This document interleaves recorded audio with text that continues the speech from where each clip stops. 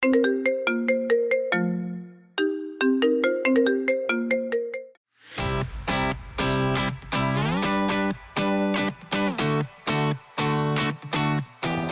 mərahim. Əmir əl Röşənin adını çəkməyib, ziblət çəkəcək.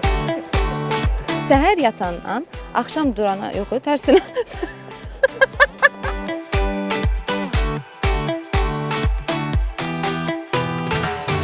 Yaxşı qardaşlar yığılıblar, uğurlar arzu edirik. Borcutma, fırlatma, gəl verilişdə iştirak edelim.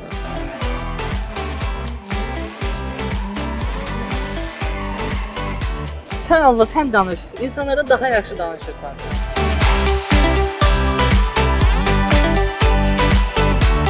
Nəsə olsa 3 aylıq maaşım zaten.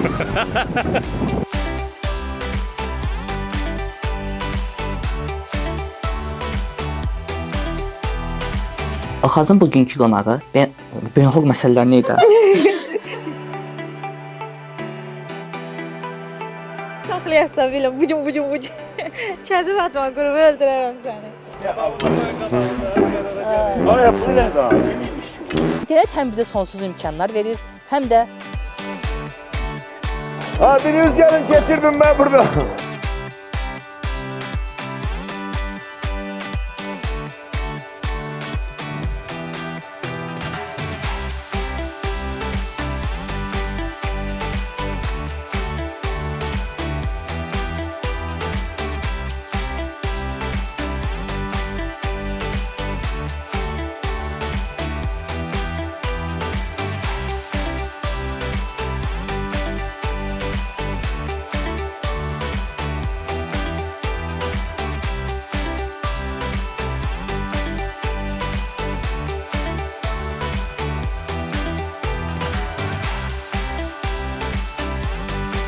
Şimdi sizin saytla ben maraqlandım.